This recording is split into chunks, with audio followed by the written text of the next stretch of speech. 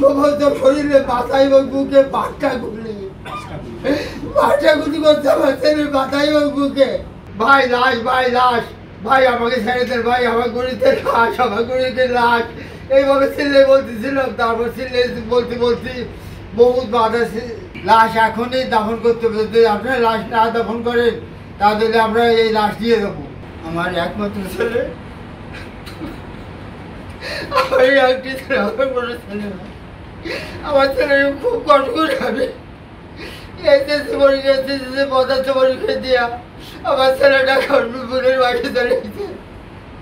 আর বোনের বাড়ি আসা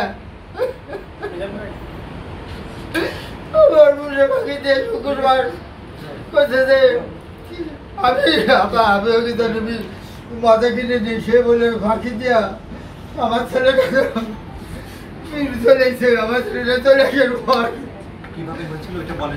আমার ছেলেরা যখন চলে এসে আসার পর আমরা বারবার ফোন দিচ্ছি, আব্বা তুমি কোথায়, তুমি বাসায় চলে এসো, তুমি থাকো না, দেশের পরিস্থিতি ভালো না।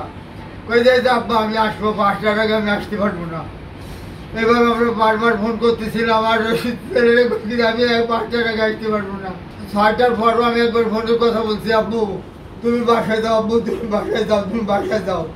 আমার ছেলে কোনো করে বাসায় যায় নেই। তারপর 6:30 পরে আমাকে ফোন গেছে যে আপনার নাম কি শহীদুল, আপনার ছেলে সাব্বির? যে হ্যাঁ আমার ছেলে সাব্বির। তখন থেকে আবার বলে যে আপনার ছেলে মারা গেছে। তখন আমি পাগলের মতো হয়েছে দৌড়াচ্ছি, কোথায় যাবো, কিভাবে যাবো, কোনো গাড়ি চলে না, কিছু চলে না, কোথায় যাবো। একজন মোটর সাইকেল আলা তার পা ধরে বলছে, ভাই তুই আমার বাপ লাগিস, ভাবে আমার ছেলেটা মারা গেছে, আমরা কত টাকা হইতে। এইভাবে 3-4 জনের মোটর সাইকেলে চলে কত দূর আসছি। তারপর কুড়িল বিস্ফোরণ আসছি, কুড়িল বিস্ফোরণ এসে আর আমি দেখতে পাচ্ছি না। তারপর এক মোটর সাইকেল আলাকে বলছি, ভাই তুই আমার ছেলের মতো আমার ছেলেটা মারা গেছে, তুই আমার ছেলেটা তার 30 হাসপাতাল শুরু হয়ে যাল বাবা। তারপর সে করছে যে যত বিপদ হোক আঙ্কেল আপনার ছেলেদের আমি নিয়ে যাচ্ছি। তখন সে তার মোটর সাইকেলে উঠে আমাদের ক্রিসেন্ট হাসপাতালে উত্তরা 7 নম্বর সেক্টর নিয়ে যায়। তারপর ওখানে নিয়ে গেলি, দেখি আমার ছেলের লাশটা সাদা চাদর দিয়ে ঢাকা। আমি বললাম যে চাদর দিয়ে একটু উঠে দেখি, কোথায় আপনার কি? আমি বলছি আমার ছেলে। তো কি যে আমার ছেলে সমস্ত শরীরে মাথায় এবং বুকে পাট্টা গুলি করছে আমার ছেলের মাথায় এবং বুকে।